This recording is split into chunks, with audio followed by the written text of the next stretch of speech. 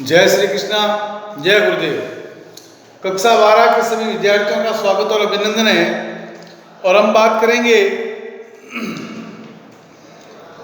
गुप्त काल की। और गुप्त काल के अंदर हमने बात की थी समुद्रगुप्त की। समुद्रगुप्त के बारे में हमने समुद्रगुप्त की राजनीतिक उपलब्धियों के बारे में पढ़ा था। उत्तर भारत में उसकी विजय, आठवीं प्रांतों में उसकी विजय, पश्चिम भारत में उसकी विजय और दक्षिण भारत में उसकी विजय। तो सम्राट समुद्रगुप्त को जो है विंसेंट स्मिथ ने भारत का नेपोलियन कहा था, क्योंकि उसने संपूर्ण भारत के अंदर अपना विजय अभियान चलाया था। जिस प्रकार नेपोलियन बोनापार्ट जो था फ्रांस का शासक था और उसने समस्त विश्व को जीतने की चाह रखी थी, उसी प्रकार समुद्रगुप्त ने भी संपूर्ण भारत के अंदर अपना विजय अभियान चलाया था। इसके बाद में समुद्रगुप्त के बाद में हम बात करते हैं, एक सम्राट है जिसका नाम है चंद्रगुप्त विक्रमादित्य। चंद्रगुप्त द्वितीय या इसको चंद्रगुप्त विक्रमादित्य के नाम से भी जाना जाता है।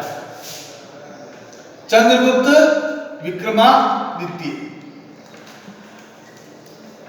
इसका जीवन काल 375 से 412 के आसपास ईस्वी सन तक यह शासक रहता है। और इसको भारत के इतिहास में कई नामों से जाना जाता है। सबसे पहले तो इसने विक्रमादित्य की उपाधि धारण की थी। विक्रमादित्य की उपाधि धारण की थी। भारत के इतिहास में कुल 14 विक्रमादित्य हुए हैं और अंतिम जो विक्रमादित्य था, 14वां विक्रमादित्य, वो मुगल काल में हुआ था। और वो एक जिसका नाम था हेमू, जो अकबर के साथ में पानीपत का द्वितीय युद्ध 1506 में लड़ता है और वो अंतिम विक्रमादित्य की उपाधि धारण करता है।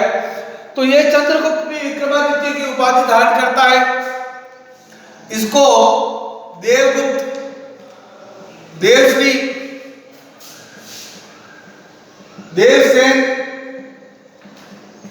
और देवराज की उपाधियां दी गई है या इसने धारण की थी।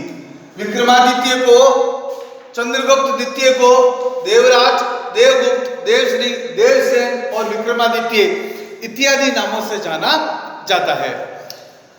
इसके जीवन काल से पूर्व समुद्रगुप्त के बाद में एक और शासक आता है।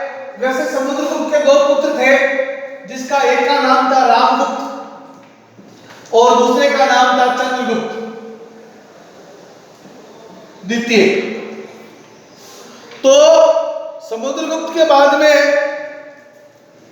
जब समुद्रगुप्त की वृद्धि होती है 372-73 के अंदर, तब वो सम्राट बनता है और रामगुप्त सम्राट बनता है। लेकिन रामगुप्त आलसी, विलासी और एक कमजोर शासक था। बस उसका कार्य नृत्य देखना, शराब पीना और मदमस्त रहना था। तो हुआ ये कि रामगुप्त के काल में शकों का आक्रमण होता है। शकों का आक्रमण होता है और शक लोग जो थे, इन्होंने रामगुप्त की जो पत्नी थी ध्रुव देवी या इसको ध्रुव स्वामिनी भी कहते हैं, इस ध्रुव देवी को शक रामगुप्त को पराजित करके शक जो है इस ध्रुव देवी को उठा करके ले जाते हैं। तब चंद्रगुप्त विक्रमादित्य जो था रामगुप्त का छोटा भाई था और इसने जो है शकों से युद्ध किया। शकों से युद्ध किया और युद्ध करके, शकों से युद्ध करके जो है अपनी भाभी ध्रुव स्वामिनी को छुड़ा कर लाता है और साथ ही रामगुप्त शकों को पराजित करता है। और इसमें जो शक था जिसका नाम था रुद्रशील तृतीय जो शक शासक था, जिसको चंद्रगुप्त द्वितीय ने पराजित किया। और इसी के कारण इस चंद्रगुप्त ने एक उपाधि धारण की थी शकारी, शक प्लस अरि, मतलब शकों का दुश्मन जो था वो था चंद्रगुप्त द्वितीय, और सकारी की उपाधि धारण करता है, और रुद्र सिंह तृतीय शक शासक को पराजित करके अपनी भाभी ध्रुव देवी को छुड़ा करके लाता है। इसके बाद में अपने बड़े भाई रामगुप्त को पराजित करता है, मार देता है, और उसके बाद में ध्रुव देवी से विवाह कर लेता है, और ध्रुव देवी से विवाह करके जो है गुप्त सम्राट बनता है 375 ईस्वी सन के अंदर। तो ये था चंद्रगुप्त द्वितीय। अब इसके जीवन के काल को भारत के इतिहास में राजनीतिक उपलब्धियों की दृष्टि से भी देखा जा सकता है, और साथ ही कला और साहित्य की दृष्टि से भी इसके काल को देखा जा सकता है। सबसे पहले तो इसने जो है आपके अपने रक्त संबंधों के कारण जो है आपके अपने साम्राज्य को मजबूत किया था। पहला तो यह था कि उसने एक नागवंश की राजकुमारी थी जिसका नाम था कुबेर नागा से चंद्रगुप्त द्वितीय ने विवाह किया था, और उसके बाद में अपनी पुत्री जिसका नाम था प्रभावती गुप्त जो चंद्रगुप्त द्वितीय की पुत्री थी, इसका विवाह उसके उस समय के सबसे ताकतवर राजवंश जो था जिसका नाम था वाकाटक राजवंश, और अपनी पुत्री नागों से इन्होंने दोस्ती कर ली कुबेर नागा से विवाह करके, और प्रभावती गुप्त का विवाह करके वाकाटक राजवंश के साथ भी इन्होंने चंद्रगुप्त द्वितीय ने जो है मित्रता कर ली थी। वाकाटक राजवंश का एक शासक था जिसका नाम था रुद्रसेन द्वितीय के साथ में प्रभावती गुप्त का चंद्रगुप्त द्वितीय ने विवाह कर लिया, और इसके कारण जो है चंद्रगुप्त द्वितीय का जो साम्राज्य था वो बहुत अधिक मजबूत हो जाता है। मतलब ये कि उन्होंने नागों से भी दोस्ती कर ली, वाकाटक राजवंश से भी दोस्ती कर ली, क्योंकि उनको शकों को जो है पराजित करना था। तो चंद्रगुप्त द्वितीय ने शकों को पराजित किया, और नागवंश से और वाकाटक राजवंश के साथ उन्होंने मित्रता की थी। अब इसके बाद में आगे बात आती है कि चंद्रगुप्त द्वितीय को भारत के इतिहास में क्यों जाना जाता है। पहला तो यह कि उसकी राजनीतिक उपलब्धियां, उन्होंने अपने साम्राज्य का विस्तार किया था, और दूसरी चीज यह है कि चंद्रगुप्त द्वितीय के इतिहास को कला और साहित्य की दृष्टि से बहुत अधिक जो है उत्कृष्ट माना जाता है, क्योंकि चंद्रगुप्त द्वितीय के काल में भारत के इतिहास में कला और साहित्य में जो है तो खूब सारी उन्नति हुई थी। सबसे पहली बात है चंद्रगुप्त द्वितीय के काल में जो है जिस प्रकार अकबर के काल में नवरत्न निवास करते थे, उसी प्रकार चंद्रगुप्त द्वितीय के काल में भी जो है वो नवरत्न निवास करते थे। एक मंडली थी, विद्वानों की मंडली। चंद्रगुप्त द्वितीय के काल में विद्वानों की जो एक मंडली थी, इस मंडली को जो है नवरत्न कहा जाता है।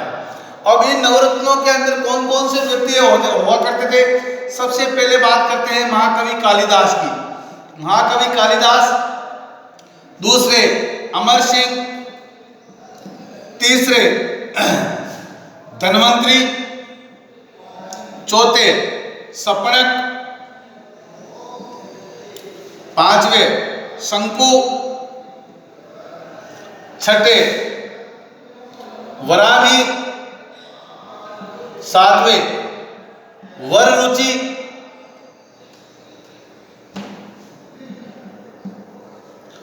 वेताल,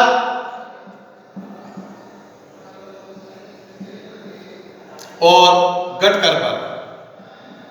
ये जो 9 व्यक्ति थे ये विद्वान थे, अलग अलग अपने विषय के अंदर माहिर थे। जैसे महाकवि कालिदास जो थे एक बहुत बड़े साहित्यकार थे, जिन्होंने मेघदूत, ऋतुसार, रघुवंशम, अभिज्ञानम शकुंतला, मालविका अग्निमित्रम, इस प्रकार के बड़े अच्छे अच्छे ग्रंथों की रचना की थी महाकवि कालिदास ने, संस्कृत ग्रंथों की। इसके बाद में अमर सिंह ने भी साहित्य की रचना की थी जिसको अमरकोश के नाम से जाना जाता है। इसके बाद में धन्वंतरी जो थे वो भी एक इतिहासकार थे, सपणक थे एक ज्योतिषाचार्य थे, शंकु भी ज्योतिषाचार्य थे, वरामिक जो थे बहुत बड़े गणितज्ञ थे, वररुचि भी गणितज्ञ थे, वेताल एक बहुत बड़े विद्वान थे, साहित्यकार थे, गटकरपर भी एक बहुत बड़े साहित्यकार थे। तो इस प्रकार से ये बड़े बड़े अच्छे अच्छे विद्वान महाकवि कालिदास के जो है काल में निवास करते थे। और इस ये जो नवरत्न थे चंद्रगुप्त द्वितीय के दरबार में निवास करते थे और इनकी अलग अलग क्षेत्रों में अपनी अलग अलग उपलब्धियां हुआ करती थी। तो इसके बाद में आपके चंद्रगुप्त द्वितीय के काल में विज्ञान में भी काफी उन्नति हुई। जैसे हम लोग बात कर सकते हैं कि विज्ञान के क्षेत्र में भी काफी उन्नति हुई थी। और विज्ञान में उन्नति इस प्रकार की हुई कि दिल्ली के अंदर, दिल्ली से 12 किलोमीटर दूर महरौली के अंदर जो है एक स्तंभ बना हुआ है, जिसको महरौली, चंद्रगुप्त का महरौली स्तंभ के नाम से जाना जाता है। तो ये जो है इस महरौली स्तंभ के अंदर एक शब्द लिखा हुआ है, लेख लिखा हुआ है और उसके अंदर एक शब्द लिखा हुआ है चंद्र। इस चंद्र का समीकरण जो है चंद्रगुप्त द्वितीय से किया जाता है। तो ये दिल्ली के अंदर महरौली के अंदर जो आपके महरौली का चंद्रगुप्त द्वितीय का जो विजय स्तंभ बना हुआ है, ये स्तंभ जो है शकों की विजय के उपलक्ष्य में चंद्रगुप्त ने बनाया था। तो इसकी खास बात ये है कि ये देखिए तकरीबन 1700 से लेकर के 1800 साल के आसपास हो चुके हैं। तो आज तक जो है ये लोहे का स्तंभ बना हुआ है, ये लोहे के स्तंभ पर आज तक जो है जंग नहीं लगा।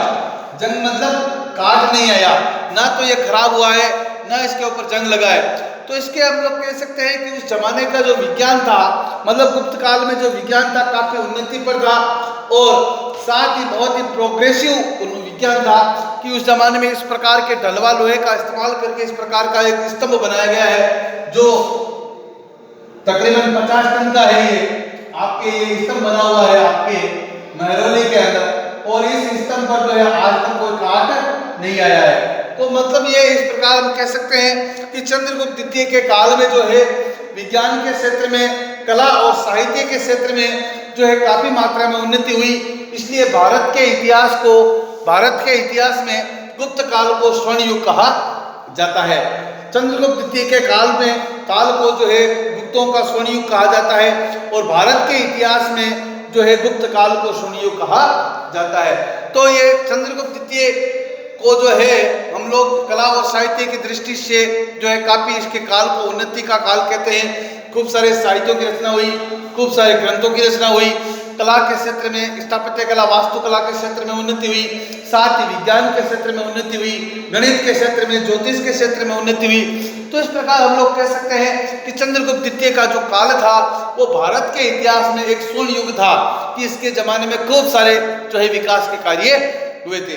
तो हम इस प्रकार से जो है आज भारत के इतिहास के अंदर गुप्तों का एक शासक है जिसके नाम है चंद्रगुप्त द्वितीय और इसके काल के बारे में अध्ययन किया है। अब हम जो है आगे जो है इस कुमारगुप्त के बारे में पढ़ेंगे।